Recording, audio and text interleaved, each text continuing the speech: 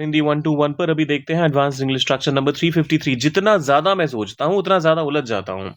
तो इस तरह का जब भी सेंटेंस होता है कि एक एक्शन जितना ज्यादा होता है उसका रिजल्ट भी, वो साइंस की लैंग्वेज में कहता है ना, A is directly proportional to B.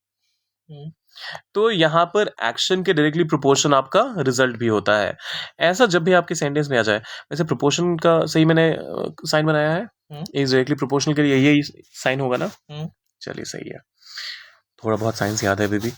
जितना ज्यादा, तो इसके लिए आप सेंटेंस की शुरुआत हमेशा द मोर से करते हैं।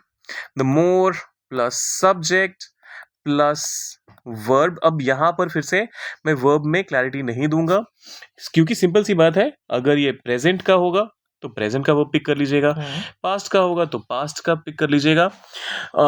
फिर आता है ऑब्जेक्ट, और फिर द मोर को दोबारा से आपको इंट्रोड्यूस करना होता है। द मोर, फिर दूसरा वाला सब्जेक्ट, ठीक है, फिर वर्ब, और फिर ऑब्जेक्ट।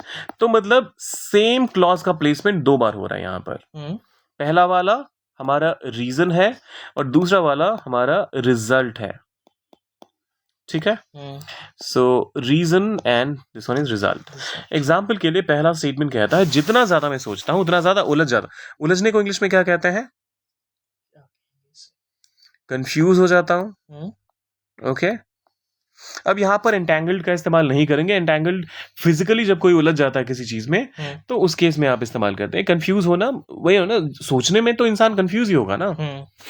अनश्योर हो जाता हूं, कंफ्यूज हो जाता हूं। सो the more I think, the more I think, comma भी लगाना है। चलिए ठीक है, the more confused I get. The more I think, the more confused I get. अच्छा, यहां पर द मोर के बाद पहले हमने जो भी एक्शन हो रहा है, जो भी रिजल्ट आ रहा है, सॉरी, पहले उसको इंट्रोड्यूस करा, उसके बाद आपने सब्जेक्ट को देखा। तो यहां पर आपको थोड़ा सा ये ध्यान रखना पड़ेगा कि ये आपका जो भी रिजल्ट है उस पर डिपेंड करेगा। हर बार ये प्लेसमेंट करेक्ट नहीं होगा। जैसे अगला बार ही देख लीजिए,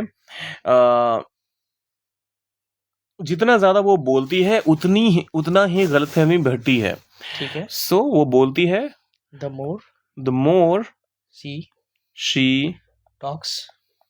चलिए, द मोर शी स्पीक्स। चलिए यही ले लेते हैं। द मोर गलतफहमी, मिसअंडरस्टूड। अरे रुक जाइए, misunderstanding. Okay, the more the misunderstanding बढ़ती है, ग्रोस। अब यहां पर क्या करा हमने? द मिसअंडरस्टैंडिंग क्या है? पूरा का पूरा हमारा सेकंड क्लॉज का सब्जेक्ट है। तो यहां पर ग्रोस द मिसअंडरस्टैंडिंग भी अगर आप कहेंगे तो वो भी ग्रामेटिकली इनकरेक्ट नहीं है। The more she speaks the more grows the misunderstanding, grammatically वो भी करेक्ट है, लेकिन ये थोड़ा ज्यादा नेचुरली साउंड करता है, नेचुरल साउंड करता है, और ये भी ग्रामेटिकली करेक्ट है। इस वाले केस में the more I get confused, वो लेकिन ग्रामेटिकली इनकरेक्ट हो जाएगा। ठीक है, तो इस चीज का हमेशा आपको ध्यान रखना पड़ेगा। जितना ज्यादा मैं पढ़ता हूं उतना ज्यादा सीखता हूं। The more I study. अच्छा, स्टडी क्यों, रीड क्यों नहीं? यहाँ पे कोई बुक थोड़ी पढ़ रहा हूं। देखिए यहां पर क्योंकि क्लैरिटी नहीं है, तो आप अगर रीड भी कहेंगे, पढ़ने से भी तो इंसान सीखता ही है, और किताब पढ़ने के लिए जितना ज्यादा मैं किताब पढ़ता हूं कोई नहीं कहता। अच्छा, तो द मोर आई रीड, अब ये रीड क्या हो सकता है? न्यूज़पेपर, मैगजीन्स हो सकते हैं, और क्या हो सकते हैं? कॉमिक्स। अगर आपको ये फनी लग रहा है तो कॉमिक्स बिल्कुल आपकी लर्निंग का एक बहुत बड़ा जरिया हो सकते हैं, specially if you are planning on learning और मेकिंग योर इंग्लिश बेटर। तो इंग्लिश कॉमिक्स आपकी काफी हेल्प करने वाले हैं उसमें। So the more I study, the more I read, दोनों ही करेक्ट हैं, उतना ज्यादा सीखता हूं। तो द मोर आई लर्न, यहां पर तो कोई कंफ्यूजन नहीं होता ही नहीं। अब ये आखिरी वाला हमारी ऑडियंस के लिए है। जितना ज्यादा समय बीतता है उतना मुश्किल होता जा रहा है। अब इसे इंग्लिश में क्या कहेंगे? फॉर्मेट आपके पास है, स्ट्रक्चर आपके पास है, कीजिए इसे ट्रांसलेट, डालिए कमेंट सेक्शन में और जाने से पहले सब्सक्राइब, लाइक और शेयर भी कर दीजिएगा। मिलते हैं जल्दी।